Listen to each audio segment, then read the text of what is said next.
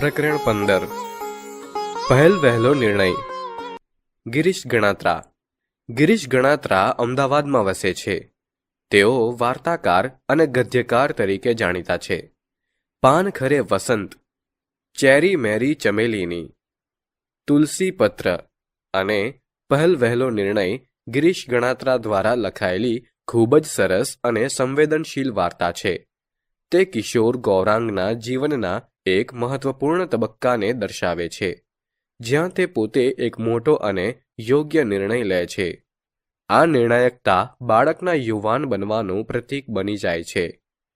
આ વાર્તા ગૌરાંગના આંતરિક વિકાસની વાર્તા કહે છે, જેમાં માતા પિતા અને પુત્ર વચ્ચેના ભાવનાત્મક સંબંધ, માતાની સૌમ્ય ચિંતા અને પિતાની વ્યવહારુ દ્રષ્ટિનો સમાવેશ થાય છે. ગૌરાંગને કોલેજની હોસ્ટેલમાં એડમિશન મળ્યું. ત્યાર પછી 10 દિવસ સુધી મધુબહેન એક લિસ્ટ બનાવતા રહ્યા. ગાદલું, ગોદડું, રજાઈ, ચાદર, ઓશિકું, એના ગલેફ, બાલદી, ટમ્બલર, સોપ કેસ, સાબુ. લિસ્ટ લાંબુ ને લાંબુ બનતું ચાલ્યું. અચાનક કોઈ વસ્તુની યાદ આવે કે એ ટપકાવી લે. મમ્મીની આટલી બધી ચીવટ જોઈ ગૌરાંગ હસતો અને મજાકમાં કહેતો કે મમ્મી, મને ખબર નહીં કે છોકરાઓને પણ કરિયાવર અપાતો હશે. છોકરીઓને અપાય છે એ જાણું છું. સવારના ઉઠીને પાણીનો ગ્લાસ, દૂધ, ટૂથબ્રશ કે ટુવાલ માંગવાની ટેવ પડી ગઈ છે તે હવે ખબર પડશે. તે વખતે માં યાદ આવશે. ત્યાં સ્લીપર લીધા અને બૂટ પોલિશનું બ્રશ ને પોલિશની ડબ્બી લીધી? ના. ટેબલ પર લિસ્ટ પડ્યું છે એમાં એ ઉમેરી દે. પછી સામાન બાંધતી વખતે હું બધું ગોઠવી લઈશ. અરે ગૌરાંગ, હોસ્ટેલની રૂમમાં અરીસો હોય? ખબર નથી. તો લિસ્ટમાં અરીસો લખી નાખ. હું એક નાનકડો અરીસો બજારમાંથી લઈ આવીશ. ગૌરાંગને બહારગામની કોલેજમાં કેમિકલ એન્જિનિયરિંગમાં એડમિશન મળ્યું ત્યારે એ ખૂબ રાજી થયો. જે ફેકલ્ટીમાં એને જવાનું હતું એ જ ફેકલ્ટીમાં એડમિશન મળ્યું. થોડા ટકા વધારે આવ્યા હોત તો અહીંયા આ શહેરની કોલેજમાં જ એડમિશન મળી જાત.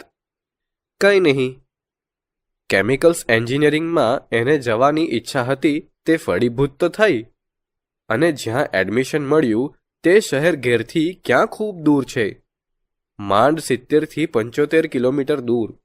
ટ્રેન બસમાં આવજા કરી શકાય, પણ અપડાઉનમાં સમય ન વેડફાય એટલા માટે તો હોસ્ટેલમાં એડમિશન લીધું. રવિવારે કે રજાના દિવસે ઘેર આવી શકાય. હું એમ કહું છું કે આપણે એક દિવસ ત્યાં જઈને હોસ્ટેલ વ્યવસ્થા જોઈ આવીએ તો? મધુબહેને પતિને કહ્યું. શું કામ? આપણી પસંદગીનો રૂમ તો એ લોકો આપવાના નથી. કેમિકલ્સમાં ભણનારા કે ભણતા વિદ્યાર્થીઓ જોડે જ એને રૂમ ફાળવશે. ભલે, પણ તોય આપણે એને મૂકવા જઈશું ત્યારે હોસ્ટેલ, કોલેજના ક્લાસ, એની બેન્ચો, પાણીનો રૂમ બધું જોઈ લેશું. એક આખો દિવસ ત્યાં ગાડીશું. મધુબહેન તે વખતે કંઈ બોલ્યા નહીં, પણ પુત્રના એક મિત્રને પણ એ જ કોલેજમાં બીજી ફેકલ્ટીમાં એડમિશન મળ્યું હોવાથી એનો સંપર્ક સાધી બંને માતાઓ એક કોલેજમાં જઈ આવી. ત્યાંથી પાછા આવ્યા પછી લિસ્ટમાં હવે બીજી 2-4 ચીજો ઉમેરાઈ. ઘરનું ઘી, અથાણાની બોટલ, ખાખરાથી ભરેલો ડબ્બો અને આ બીજું ભાથું પતિ હેમંતભાઈ પાસે હતું. મધુબહેને પતિને કહ્યું, ત્યાં કોલેજની બાજુમાં જ એક બેંક છે. તને કેવી રીતે ખબર પડી? પડી હવે. હું કહું તે સાંભળો. આપણે ત્યાં ગૌરાંગના નામનું ખાતું ખોલાવી દઈએ. એના ખાતામાં 5,000 રૂપિયા જમા કરાવી. 5,000? એટલા બધા પૈસાનું શું કામ છે? શનિ રવિ તો એ અહીં આવતો જ રહેશે ને. આવે ત્યારે જરૂર હોય એટલા લઈ જાય. એ ખરું, પણ હવે ઘરથી દૂર રહેવાનો છે. ન જાણે ક્યારે કોઈ વસ્તુની જરૂર પડવાની. પૈસા પાસે હોય તો કામ લાગે. તમે નહીં આપો તો હું મારી બચતમાંથી કાઢી આપીશ. સારું. માને પિતા કરતા પુત્રના ક્ષેમ કલ્યાણની વધુ ચિંતા હોય એવું સમજી હેમંતભાઈએ સંમતિ આપી. જે દિવસે કોલેજમાં રજિસ્ટ્રેશન કરાવવાનું હતું તે દિવસે વહેલી સવારે કારમાં સામાન ગોઠવી આખું કુટુંબ રવાના થયું. કોલેજના સત્તાવાળાઓએ ગૌરાંગને તથા બીજા 2 વિદ્યાર્થીઓને એક રૂમ ફાળવી. રૂમનો નંબર મળતા મધુબહેન સામાન લઈને પહોંચી ગયા. હોસ્ટેલની રૂમમાં દરેક વિદ્યાર્થી માટે અલગ કપબોર્ડ હતા. મધુબહેને એમાં ગૌરાંગનો બધો સામાન જાતે ગોઠવ્યો. પૂરા 1 કલાકની જહેમત પછી મધુબહેને પુત્રના પલંગને, એના ટેબલ ખુરશીને, કપબોર્ડને બરાબર ગોઠવ્યા અને પછી રૂમમાં એક નજર નાખી બોલી ઉઠ્યા, હાય હાય, કપડાં સૂકવવાની દોરી તો ભૂલી ગયા. હવે શું કરશું? આ ગાદલા ગોદડા વીંટાળીને જે દોરી લાવ્યા તેનાથી કામ સરી જશે. ના, એ તો સિંદરી છે. એનાથી કપડાને પીળા પીળા ડાઘા પડી જાય. નાયલોનની દોરી જોઈએ. અને પછી ઘડિયાળ સામું જોઈ બોલ્યા, અહીં 9:30 વાગે બેંક શરૂ થઈ જાય છે. ચાલો ગૌરાંગનું ખાતું ખોલાવી લઈએ. ગૌરાંગના ખાતામાં ₹5,000 ભરી એના હાથમાં ચેકબુક આપી કહ્યું, આને તાળાકૂચીમાં સંભાળીને રાખજે. આ એક શિખામણ સાથે અનેક શિખામણો આપી. વિયોગના આંસુ સારી મધુબહેન હેમંતભાઈ ઘેર આવ્યા. એ પછી તો દરેક અઠવાડિયે ગૌરાંગ ઘેર આવતો ત્યારે મધુબહેન એની એટલી બધી સંભાળ રાખતા કે હેમંતભાઈ મજાકમાં પત્નીને કહેતા, મધુ, તને ગૌરાંગની કોલેજની બાજુમાં ઘર લઈ આપું? ગૌરાંગ ભણે ત્યાં સુધી તું અને ગૌરાંગ ત્યાં રહો. તમારી સલાહની મને જરૂર નથી. મધુબહેન રોષમાં બોલી ઉઠતા, ત્યાં ગૌરાંગનું કોણ? અહીં આવે ત્યારે દીકરા માટે એટલું ના કરું? 16 વર્ષની ઉંમર પછી છોકરાઓને ઘરની બહાર રમતા મેલી દેવા જોઈએ. આપણામાં કહેવત છે કે પારકીમાં જ કાન વીંધે. ગૌરાંગ હવે મોટો થયો. એને દુનિયાની વિશ્વના વિદ્યાલયમાં જ શીખવા દો. સાચા ખોટા નિર્ણયો લેતા શીખશે.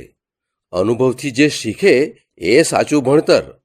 ગૌરાંગ પાછો હોસ્ટેલમાં જતો ત્યારે મધુબહેન એને નાસ્તાના ડબ્બા, અઠવાડિયાના ખર્ચની રકમ પકડાવી દેતા. જોત જોતામાં 4 વર્ષ નીકળી ગયા.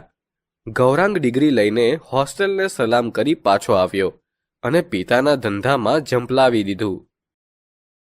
એક દિવસ બાપ દીકરો ડાઇનિંગ ટેબલ પર બેસી બેંક એકાઉન્ટ્સ તપાસી રહ્યા હતા. ત્યારે એમને અચાનક યાદ આવ્યું અને બોલી ઉઠ્યા, ગૌરાંગ, તું હોસ્ટેલમાં દાખલ થયો ત્યારે ત્યાંની બેંકમાં તારા નામે 5,000 રૂપિયા જમા કરાવેલા. એ એકાઉન્ટમાં કેટલું બેલેન્સ છે? ગૌરાંગ જવાબ આપતા ખચકાયો, તું દર અઠવાડિયે ઘેર આવતો ત્યારે મેસનું, કેન્ટીનનું કે ધોબી દૂધવાળાના બિલ માટેના પૈસા ઘરેથી લઈ જતો. કોલેજ અને હોસ્ટેલ ફીના પૈસા પણ ઘરમાંથી જ અપાતા. એટલે માનું છું કે એ બેલેન્સના વ્યાજ સહિત આજે લગભગ 6,000 રૂપિયા હોવા જોઈએ. ખબર નથી કહી ગૌરાંગ ઊભો થઈ ચાલતો થયો. વોટ ડુ યુ મીન કે ખબર નથી? હેમંતભાઈને પુત્રનું ચાલ્યા જવું ન ગમ્યું એટલે તાડુકી ઉઠ્યા. હવે ધંધાની જવાબદારી સંભાળવાની છે એટલે હિસાબમાં ચોકસાઈ રાખવી જોઈએ. શું થયું એ પૈસાનું? જવાબ આપ્યા વિના ગૌરાંગ એના બેડરૂમમાં ચાલ્યો ગયો અને અંદરથી બારણું બંધ કરી દીધું. ગૌરાંગ ચાલ્યો ગયો એટલે હેમંતભાઈ વધુ ગરમ થયા. એ દિવસે એ ખૂબ ગરજ્યા. મધુબહેને પતિને જેમ તેમ શાંત કર્યા, પણ હેમંતભાઈ ચોકસાઈ ભર્યા માણસ, એ આ રકમને ભૂલી ન શક્યા.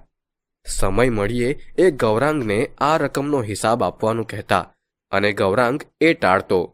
આટલી નાની રકમ માટે પિતા પુત્ર વચ્ચે વાત વધી જાય તે પહેલા એક વખત મધુબહેને પુત્રનું માથું ખોળામાં લઈ એના માથે હાથ ફેરવતા પૂછ્યું, ગૌરાંગ, તું શા માટે પેલા એકાઉન્ટનો હિસાબ નથી આપતો?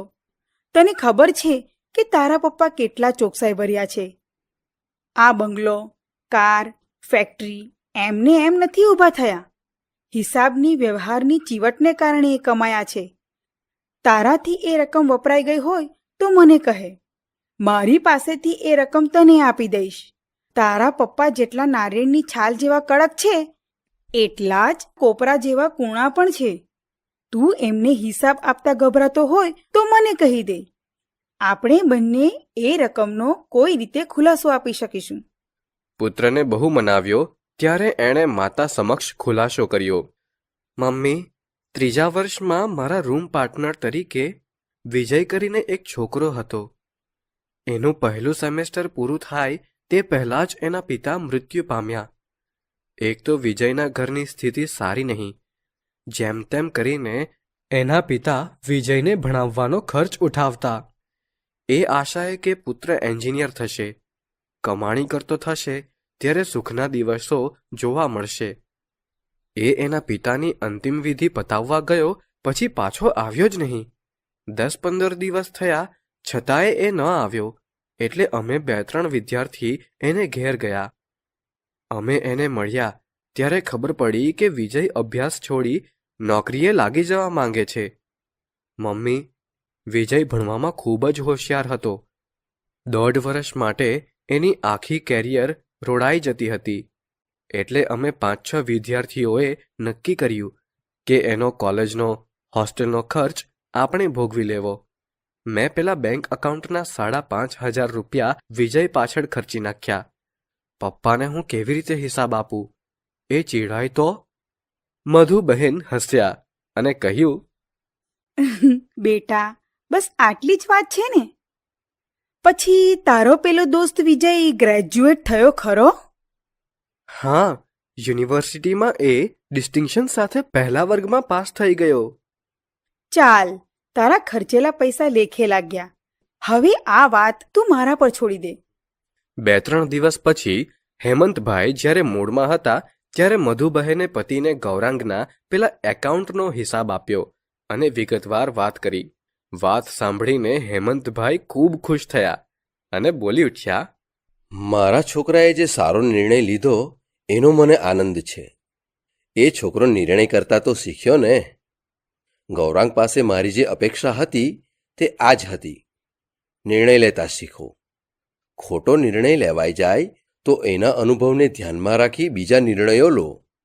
બીજે દિવસે પિતા પુત્ર ઓફિસમાં બેઠા બેઠા કામ કરી રહ્યા હતા. ત્યાં અચાનક હેમંતભાઈએ પૂછ્યું, પછી તારા પેલા દોસ્ત વિજયને નોકરી મળી ગઈ? ન મળી હોય તો મને કહે. એસોસિએટેડ કેમિકલ્સવાળાને એક સારા કેમિકલ એન્જિનિયરની જરૂર છે. વરસ્યા અનરાધારમાંથી.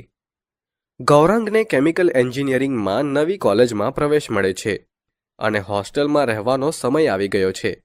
તેની માતા મધુબેન ખૂબ પ્રેમ અને ચિંતાથી તેની તૈયારી કરે છે અને તેના પિતા હેમંતભાઈ ગૌરાંગના ખાતામાં 5,000 રૂપિયા જમા કરાવે છે. વર્ષો પછી હેમંતભાઈ તે રકમનો હિસાબ માંગે છે, પરંતુ ગૌરાંગ ટાળી દે છે. જ્યારે તેની માતા પૂછે છે ત્યારે ગૌરાંગ સત્ય કહે છે કે તેની સાથે રહેતા વિદ્યાર્થી વિજય પર તે રકમ ખર્ચ કરી હતી કારણ કે વિજયના પિતાનું અવસાન થયું હતું અને તે પોતાનો અભ્યાસ છોડી દેવાનો હતો. ગૌરાંગ અને તેના મિત્રો તેને ભણાવવાનું નક્કી કરે છે. આ સાંભળીને તેના પિતા હેમંતભાઈ ખૂબ ખુશ થાય છે અને ગૌરાંગના નૈતિક નિર્ણયની પ્રશંસા કરે છે. અંતે તે વિજયને મદદ કરવા આગળ આવે છે. આમ ગૌરાંગનો પહેલો નિર્ણય તેના વ્યક્તિત્વના વિકાસ તરફ એક મોટું પગલું સાબિત થાય છે.